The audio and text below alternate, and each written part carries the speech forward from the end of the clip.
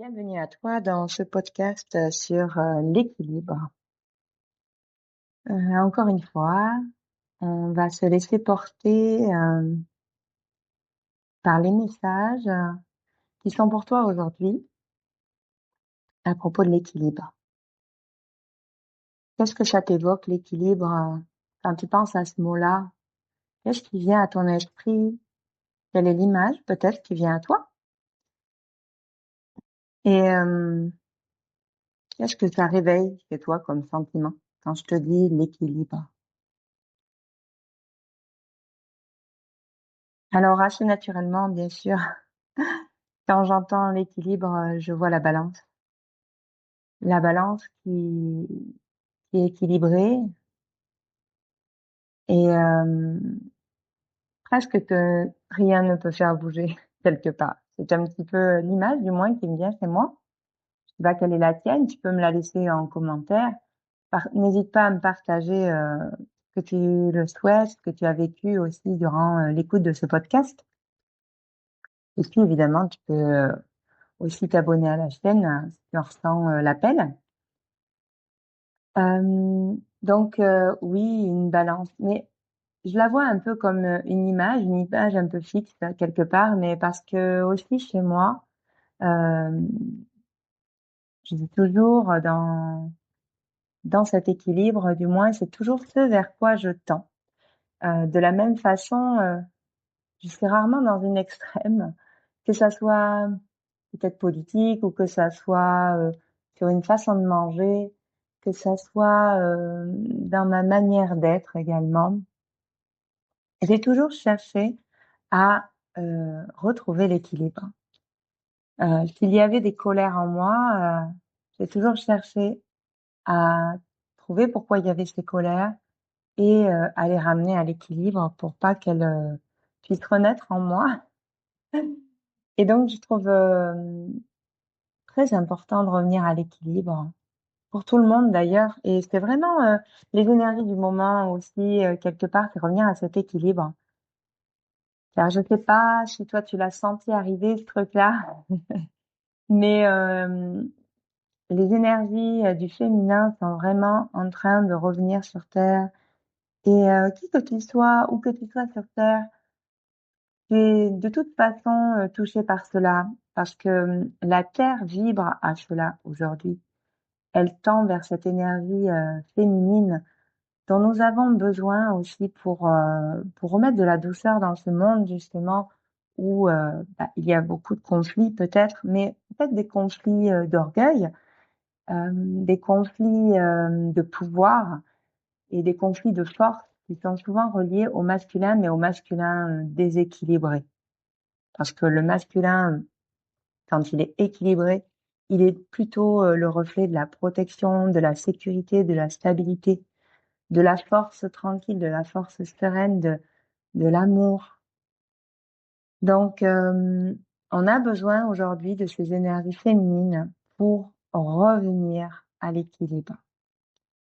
L'humanité avait choisi de vivre le, le patriarcal, cette énergie très forte du masculin, car juste avant cette ère-là, nous avions déjà vécu l'ère du féminin, mais aussi dans un excès, dans une espèce de dominance. Alors au départ, c'était pas comme ça. Au départ, tout était assez équilibré et il n'y avait pas besoin de ça. Mais l'humanité a voulu expérimenter, vivre l'expérience du déséquilibre et de vivre un féminin déséquilibré et un masculin aujourd'hui déséquilibré.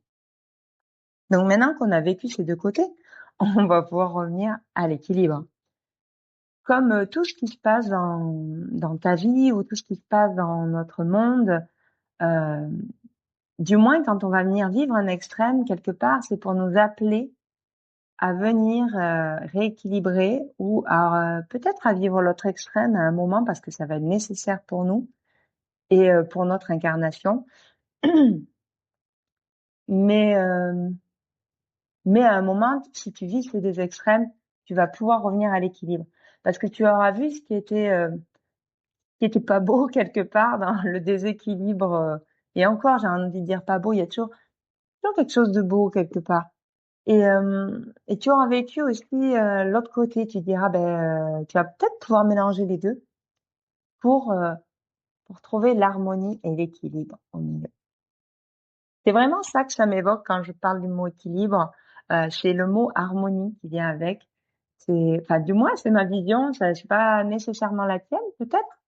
Et garde ce qui est juste pour toi, ce qui est venu pour toi. Mais moi, l'équilibre, pour moi, c'est l'harmonie. Mais c'est une vraie, j'ai envie de dire, c'est une vraie mission personnelle pour moi d'être à l'équilibre. C'est quelque chose vraiment que moi, je suis aussi là pour ça, pour montrer aussi comment on peut vivre l'équilibre. Et c'est vraiment super. Moi, je trouve ça super. Et tu vois, on le vit aussi au niveau de l'éducation. Il y a beaucoup de gens, j'entends beaucoup de gens me dire, ah oui, mais aujourd'hui, les enfants, ils font ce qu'ils veulent, c'est un peu n'importe quoi. Mais je leur rappelle alors qu'il y avait aussi cette période où on enfermait les enfants dans une cave, dans le noir. Enfin, du moins en France, ça existait. Je sais pas après d'où tu m'écoutes, d'où tu viens, mais en France, du moins, il y a eu ça. On enfermait les enfants dans les caves où il y avait voilà de la maltraitance physique, verbale, où l'enfant n'avait pas le droit de s'exprimer et où l'enfant n'était rien quelque part.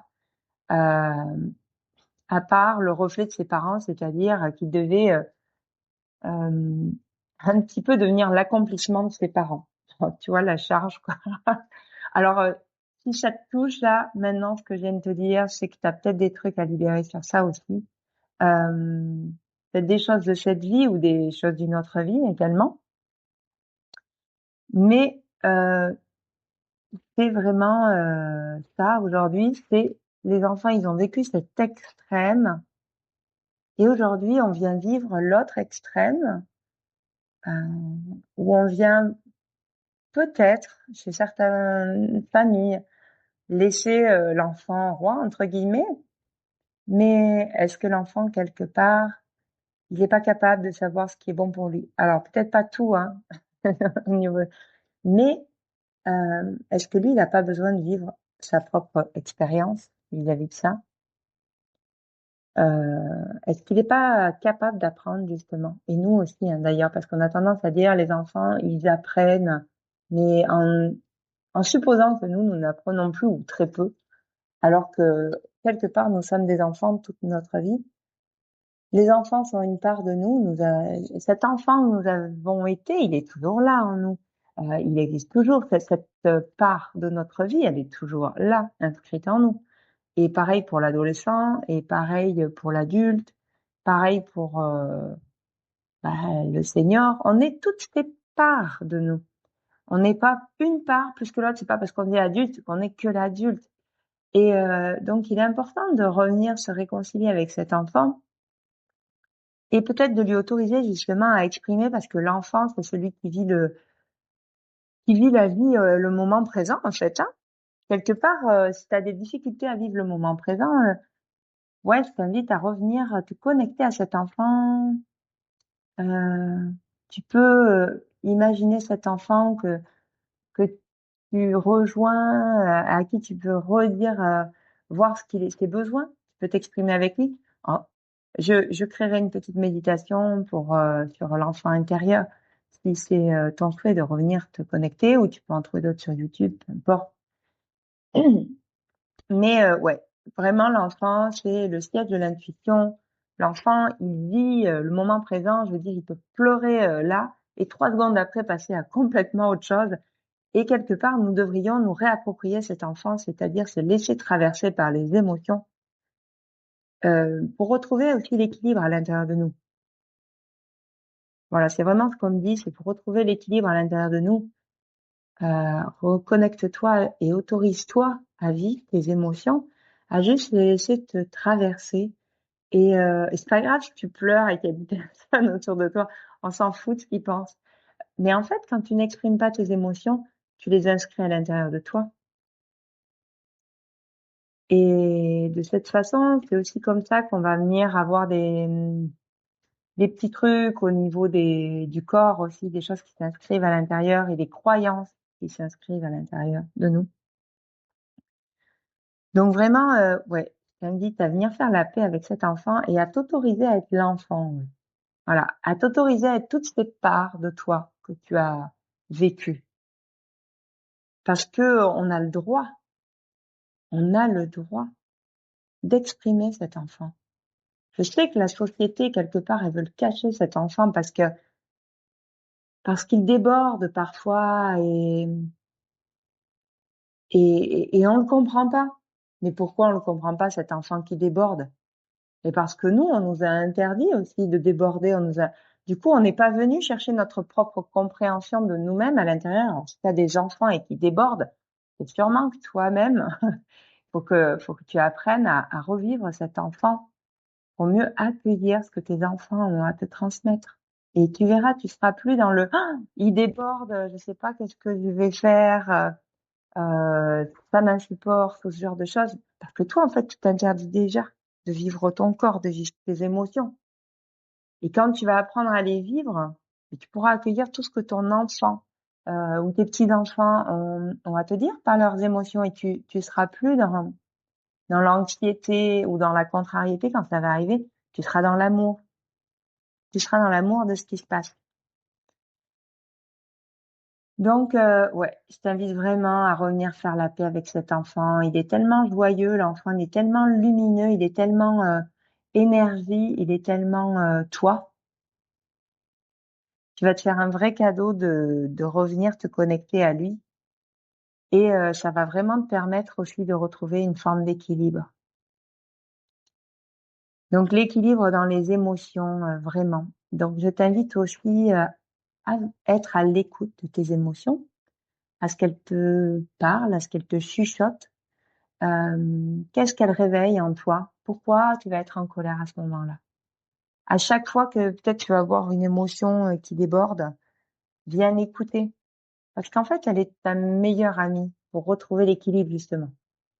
Parce que si tu viens l'écouter, tu vas venir comprendre qu'est-ce qui se passe à l'intérieur de toi, qu'est-ce qui te met en colère, euh, est-ce que c'est vraiment ce que l'autre a fait ou est-ce que ça réveille quelque chose chez toi qui est plus vieux que ça?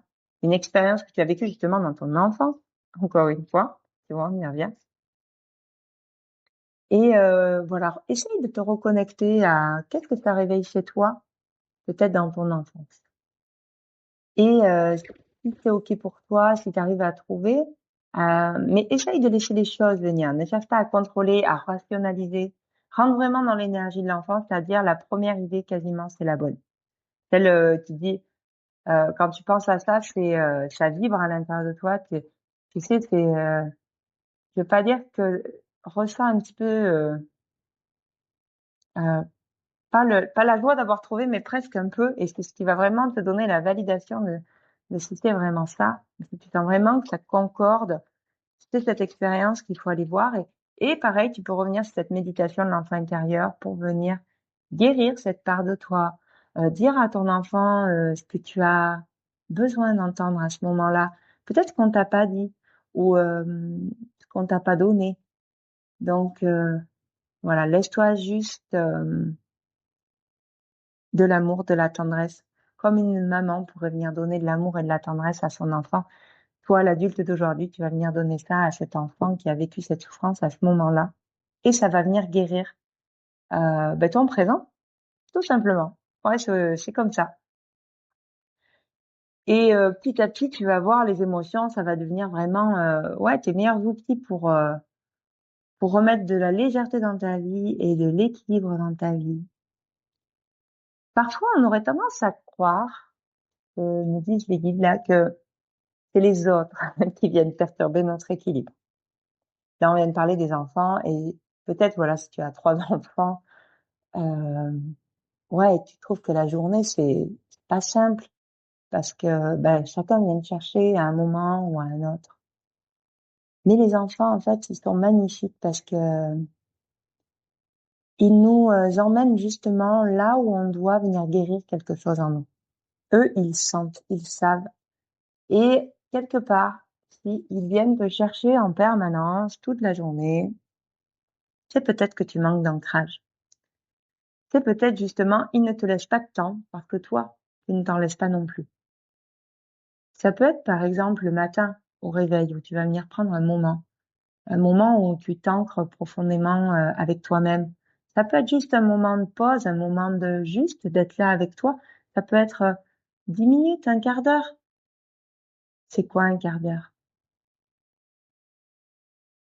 Montre à tes enfants que toi aussi tu sais prendre du temps pour toi. Peut-être du temps de qualité ou du temps pour te déposer. Parce que si tes enfants sont tout le temps énervés, c'est peut-être que toi aussi, tu es toujours en train de courir partout, de pas réussir à te poser, de pas réussir à t'écouter. Et en fait, ils reproduisent le même schéma que toi. En fait, ils font la même chose. Ils disent, regarde ce que ça fait pour toi, tu es tout le temps, youhou. Donc, quelque part, en fait, dans ton miroir, ils te demandent ce qui se passe en toi. Alors, peut-être avant d'aller dire, eux, ils font ça, et je trouve ça assez insupportable. Eh bien, toi, montre l'exemple, essaye. Essaye de t'autoriser, de te dire, OK, tous les jours, je me donne un quart d'heure où je fais que pour moi. Et peut-être de montrer à tes enfants, regarde, je vais te montrer, là, maintenant, je vais prendre du temps pour moi. Ça peut être de dire à tes enfants, OK, les enfants, je vous aime très fort, mais là, maintenant, maman ou papa, il a besoin de se prendre un moment pour lui, un moment de pause. Si vous voulez, vous pouvez faire la même chose que moi. Mais si vous n'en avez pas envie, c'est OK. Mais laissez-moi ce moment rien que pour moi. Je suis là si vous avez besoin de moi, mais c'est vraiment si vous avez besoin de moi. Et tu peux verbaliser que c'est un besoin pour toi en ce moment de prendre ce temps parce que justement tu te sens trop énervé. Et quand toi tu verbalises tes émotions, en fait, les enfants, ils vont comprendre que eux aussi peut-être ils vivent la même chose. Et ils vont pouvoir venir naturellement, venir reproduire ce que toi tu fais. Parce qu'ils vont réagir par mimétisme. T'as vu un peu comment on a changé la vibration? Je suis sûre que tu réécoutes ce que je viens de te dire, que tu te reconnectes à ce que je t'ai dit là quand les enfants ils étaient là autour de toi. Je suis sûre que déjà tu sentais cette vibration d'énervement. Et compare avec ce moment où je viens de te parler, juste de déposer un moment pour toi et de leur expliquer quoi. Ressens la vibration. On sent tout de suite que ça se dépose. Et, euh, et pas que toi, tout le monde autour de toi. Et ça, c'est l'équilibre aussi. C'est accueillir qu'il y a des moments où on a besoin de faire des pauses. Il y a pas longtemps, euh, je cheminais donc encore spirituellement pour moi, et il s'est représenté des choses que j'avais l'impression que j'avais déjà purifiées, que j'avais déjà réglées entre guillemets. Et j'ai posé du coup la question à mes guides, que j'avais la sensation, enfin, j'ai pas posé une question, mais j'ai amené cette idée de stagnation. Je me suis dit, mais j'ai l'impression de stagner sur certaines choses, alors pas sur tout, mais j'avais cette sensation de stagnation dans le fait que je revenais sur des choses que j'avais déjà vues. Et donc l'image que mes guides m'ont donnée, c'est cette image d'une plante, d'une graine. Tu sais, cette graine qui pousse dans la terre, que nous on voit pas, mais qui pousse tranquillement à son rythme. Et parfois, elle s'arrête de pousser, mais on a l'impression qu'elle fait rien. Mais en fait, pendant ce temps-là, elle se fortifie. Elle reprend son souffle. Elle se donne un peu plus d'énergie, de temps. Elle renforce peut-être ses tissus pour mieux pouvoir grandir après. Et c'est exactement cela que l'on fait quand on vient parfois refaire des choses qu'on a déjà fait. C'est pas on règle exactement les mêmes choses, parce qu'on a déjà réglé des choses, et c'est sûr. Mais on vient renforcer encore ça. On vient encore se donner de la force pour pouvoir grandir et surtout avoir une base solide en fait. Si on grandissait trop vite sans prendre le temps, eh bien, on aurait un risque, c'est que peut-être cette plante, quand elle sortirait, quand le vent viendrait un petit peu la titiller, eh bien, peut-être que sa tige se casserait. C'est pas ça qu'on veut. Non. Nous, on veut pas ça. Nous, on veut être solide, stable, dans l'équilibre justement. Et tu vois, ça parle vraiment encore une fois d'équilibre. Et donc voilà, on peut prendre ce temps. Et c'est pareil, ce que mes guides m'ont dit cette fois-là, c'est on ne stagne pas vraiment. Cette idée de stagnation, elle n'existe pas. Enfin, franchement, c'est vraiment une construction humaine. Mais la stagnation n'existe pas parce que tout est en mouvement dans le monde. Euh, Quoi que tu as l'impression que ça ne bouge pas, mais en fait, tout évolue, que ce soit la peinture sur ton mur. Je veux dire, elle s'abîme aussi au fur et à mesure, même si c'est une évolution qui est très, très lente. Mais c'est pareil pour les murs, c'est pareil pour le fer qui s'oxyde au fur et à mesure, mais on le voit pas tout de suite. Mais tout est en mouvement, même la pierre, même les minéraux, et ils ont leur propre vie, et ils ont leur propre chemin, et eux aussi ils évoluent continuellement, d'une façon très très lente, certes, mais toujours en évolution. Il n'y a pas réellement de stagnation. C'est une croyance humaine. Du coup, nous sommes toujours en évolution quelque part et nous devons aussi accueillir ces moments de pause comme un équilibre. Quand tu es tout le temps en activité et qu'est-ce que je l'ai été dans mes jeunes années, qu'est-ce que c'est quelque chose que je nourris où j'avais l'impression qu'il fallait toujours que je fasse quelque chose, qu'il fallait toujours que je sois dans l'action et dans le faire, parce que le fait de faire me permettait d'exister, me permettait d'exister aux yeux des autres, mais aussi de me le prouver à moi-même parce que je créais quelque chose. Et le fait de créer, tu sais, on vient apporter un peu notre contribution à la matière et de créer, ça nous va nous valoriser nous-mêmes et c'est un peu un cercle vicieux quelque part. Alors que dans l'univers, nous n'avons pas besoin de faire quoi que ce soit pour être. Encore une fois, c'est une croyance humaine. Nous n'avons pas besoin de faire quoi que ce soit pour être. Tu as juste besoin d'être toi. Juste toi. Et c'est parfait, c'est suffisant. Et, euh, et je ressens l'émotion que ça réveille chez vous, là, quand j'en parle. Et, euh, et c'est vraiment ça. C'est vraiment ça que ça m'a rappelé à ce moment-là. C'est de dire, oui, c'est bien sûr qu'on a besoin de faire des choses, mais se faire, euh, c'est pas forcément être, mais quelque part, il faut faire pour être dans la vie, pour être dans ce qu'on aime, mais pas faire pour être pour les autres. Voilà. Le faire pour être, c'est pour réaliser peut-être des projets qui nous rendent vraiment heureux, pas des projets qu'on va faire pour épater tout le monde, pas des projets qu'on va faire pour montrer aux autres qu'on a réussi ou qu'on existe. Non, des projets en fait qui nous viennent du cœur, que ça peut être, j'en sais rien, juste un dessin que tu vas faire pour toi, tu vois, et que tu vas avoir du plaisir à revoir juste plus tard. Ça peut être, ouais, je pense à ça. Pour un groupe que j'ai fait de l'eau de rose. J'ai fabriqué de l'eau de rose et c'était une vraie création qui m'a fait plaisir. Je sais pas t'expliquer, c'est quelque chose qui venait du cœur. Et je l'ai pas fait pour avoir un merci derrière. Je l'ai pas fait pour que on ait de la gratitude pour moi. Je l'ai pas fait pour un accomplissement personnel non plus. Je l'ai fait parce que j'avais envie de donner. Et j'avais envie de donner de l'amour. Voilà pourquoi je l'ai fait. Et tu vois, rien que d'en parler, cette vibration, elle est déjà tellement là. Je suis hyper sensible, donc là, ça me ferait même pleurer parce que je ressens tout cet amour encore, tu vois, que j'ai envie de partager. Et c'est tellement ça, en fait.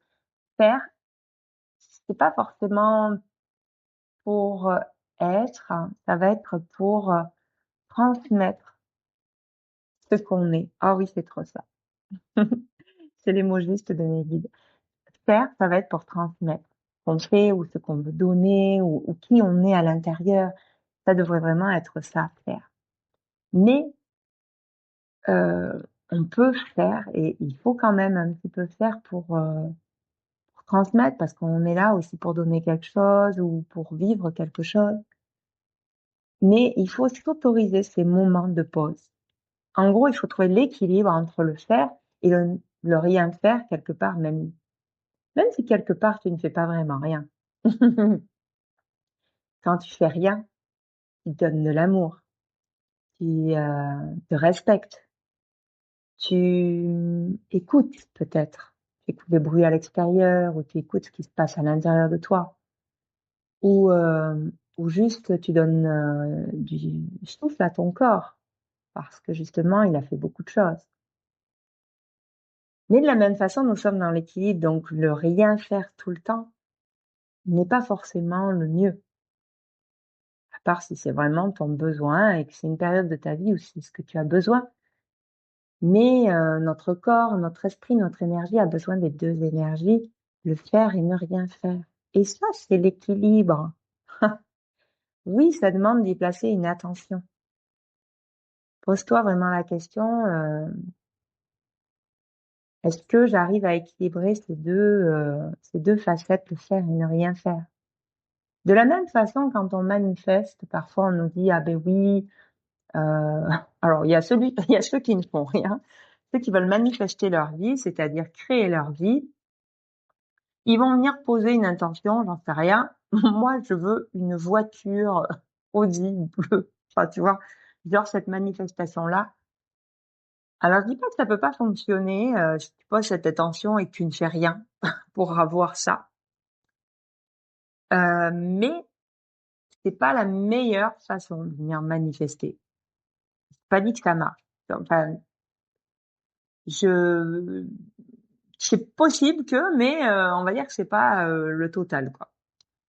Mais de la même façon, si tu viens bouger dans tous les sens pour que ça se mette en place, cette idée-là, cette manifestation-là, euh, sans te déposer clairement pour poser l'intention, tu sais, t'en as envie, mais ouais, mais tu vas venir gagner beaucoup d'argent, tu vas essayer de trouver dans toutes les concessions, enfin, tu vois, peut-être tu vas mettre trop d'énergie là-dedans et quelque part, peut-être ça va pas non plus fonctionner. Peut-être ça fonctionnera. Encore une fois, c'est pas que ce soit une mauvaise façon, c'est juste que c'est pas la façon la plus optimale. La façon la plus optimale, ça va être de venir s'équilibrer dans le faire et le rien faire, dans la manifestation juste mentale et dans la manifestation plus physique, concrète, où on va mettre peut-être des choses pour aider cette manifestation à se présenter à nous. Et quelque part, ça confirme à l'univers, c'est aussi ce qu'on veut. Mais tu vois, de nouveau, on retrouve un équilibre. L'équilibre. Et je t'invite grandement à retrouver l'équilibre dans tous les aspects de ta vie, euh, dans tout ce que tu fais, parce que c'est vraiment de cette façon que tu vas pouvoir trouver l'harmonie, du moins, c'est vraiment mon intime conviction. Après, vois ce qui est OK pour toi, hein. Peut-être ce que je viens de te parler, ça résonne pas pour toi et c'est OK, c'est peut-être que c'est pas pour toi maintenant. Peut-être qu'il faudra que tu reviennes plus tard. Je t'invite d'ailleurs à réécouter la vidéo plusieurs fois parce que des fois, on entend des choses qui nous sont utiles à ce moment-là. Et quand on réécoute, on entend d'autres choses qui nous seront utiles à un autre moment. Alors, je t'invite réellement à venir retrouver l'équilibre en toi. Du moins, je te transmets